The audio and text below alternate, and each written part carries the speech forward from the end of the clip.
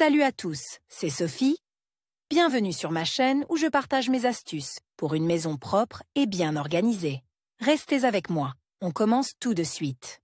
Les roses sont des fleurs spéciales, d'une beauté exquise et délicatement parfumée. Leur apparition dans la maison donne un sentiment de vacances. Et on a toujours envie de conserver les roses dans un vase le plus longtemps possible. Certaines variétés de roses coupées peuvent conserver leur fraîcheur jusqu'à 3 ou 4 semaines après avoir reçu un bouquet de roses. La première chose à faire est de choisir un vase approprié. Sa hauteur doit correspondre à la longueur des tiges des fleurs. Le choix optimal sera un vase dans lequel les tiges seront immergées dans l'eau aux 2/3. Si vous souhaitez conserver les roses plus longtemps dans le vase, choisissez des vases en céramique ou en verre opaque. Dans les vases transparents, sous l'influence de la lumière du soleil, les micro-organismes présents dans l'eau se multiplient plus intensément. Par conséquent, l'eau va rapidement fleurir et les tiges des fleurs vont pourrir. Il est conseillé de ne pas démonter immédiatement la composition emballée avec soin, mais de la mettre simplement dans l'eau. Cela suffit pour conserver les roses du bouquet pendant quelques jours. Si vous souhaitez prolonger leur vie, vous devrez abandonner la composition, retirer le papier d'emballage, la cellophane, l'organza et tous les éléments décoratifs, puis prenez soin de chaque fleur. Traitement des tiges. Les tiges des roses doivent faire l'objet d'une attention particulière. Les coupes plates et régulières reposent sur le fond du vase, ce qui rend difficile la pénétration de l'eau dans la tige et dans la fleur.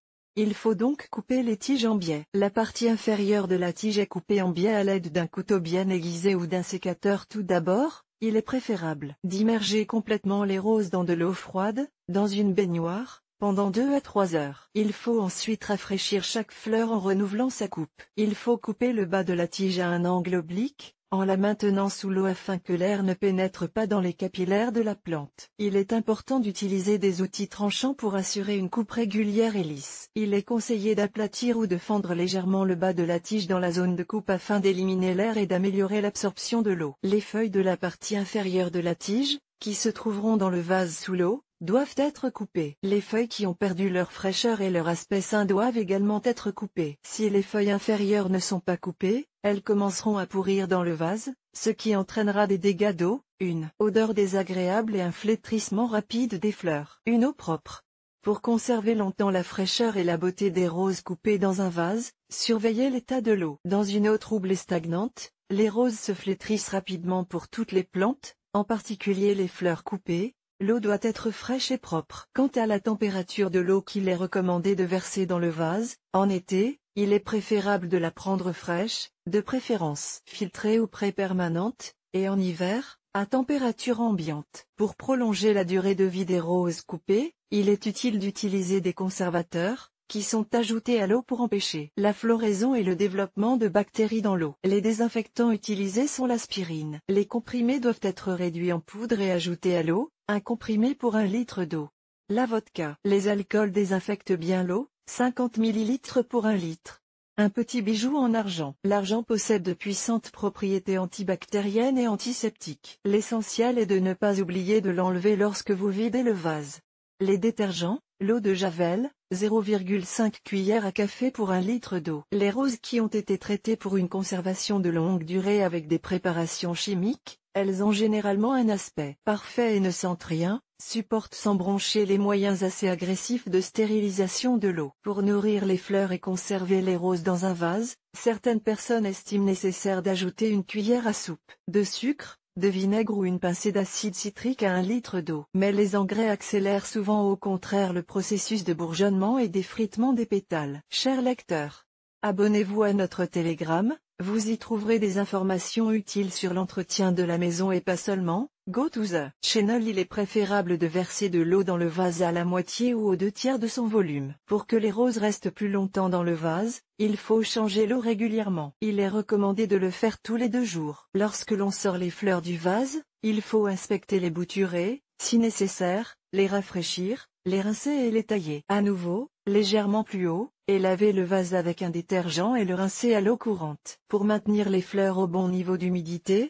il faut les arroser quotidiennement avec de l'eau provenant d'un pulvérisateur, sans la diriger vers le noyau central des fleurs ouvertes et des bourgeons. Des conditions confortables. Pour prolonger la durée de vie des fleurs coupées dans un vase, il faut choisir un endroit approprié. Un bouquet de roses peut décorer n'importe quelle pièce de la maison. Les conditions optimales pour conserver les roses dans un vase sont l'absence de courant d'air et une température fraîche constante. Dans la pièce, c'est-à-dire qu'il ne faut pas installer un vase avec un bouquet en plein soleil, près d'appareils de chauffage, sous le climatiseur. Il est recommandé de placer les roses à l'écart des autres fleurs et plantes d'intérieur. La durée de leur vie dans le vase peut également avoir un effet négatif sur le voisinage des fruits. Dès les premiers signes de flétrissement des fleurs, on peut essayer de réanimer les roses et de les conserver dans un vase quelques jours de plus. Pour ce faire, il est conseillé d'ajouter 2 à 3 gouttes d'ammoniac à l'eau du vase.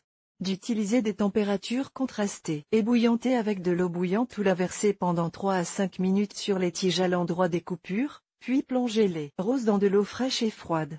Se baigner dans de l'eau fraîche. Pour ce faire, les roses sont placées pendant une nuit dans une baignoire remplie de manière à ce que toutes les tiges et les feuilles, mais pas les têtes de fleurs, soient complètement immergées dans l'eau. Si vous achetez les fleurs vous-même, faites attention à leur fraîcheur et à leur degré de maturité. Des boutures noircies, des fleurs complètement ouvertes dont les pétales tombent vers le bas, des feuilles flétries indiquent que vous ne pourrez pas conserver les roses dans un vase pendant longtemps. Les fleurs vivantes coupées vous plairont beaucoup plus longtemps. Il est possible d'enraciner des roses vivantes afin de les planter dans un pot de fleurs ou un parterre. Pour ce faire, vous devrez sacrifier quelques spécimens, tant qu'ils sont frais, de votre bouquet. Enlevez immédiatement toutes les fleurs, les boutons et les épines. Coupez des tiges fortes et saines, de préférence légèrement ligneuses, en boutures de 15 à 30 cm de long. Les boutures doivent être d'épaisseur moyenne et présenter des bourgeons au sommet. Sur chaque bouture, il faut couper complètement toutes les feuilles inférieures et raccourcir les feuilles supérieures de 2/3. Les boutures préparées sont ensuite placées dans de l'eau,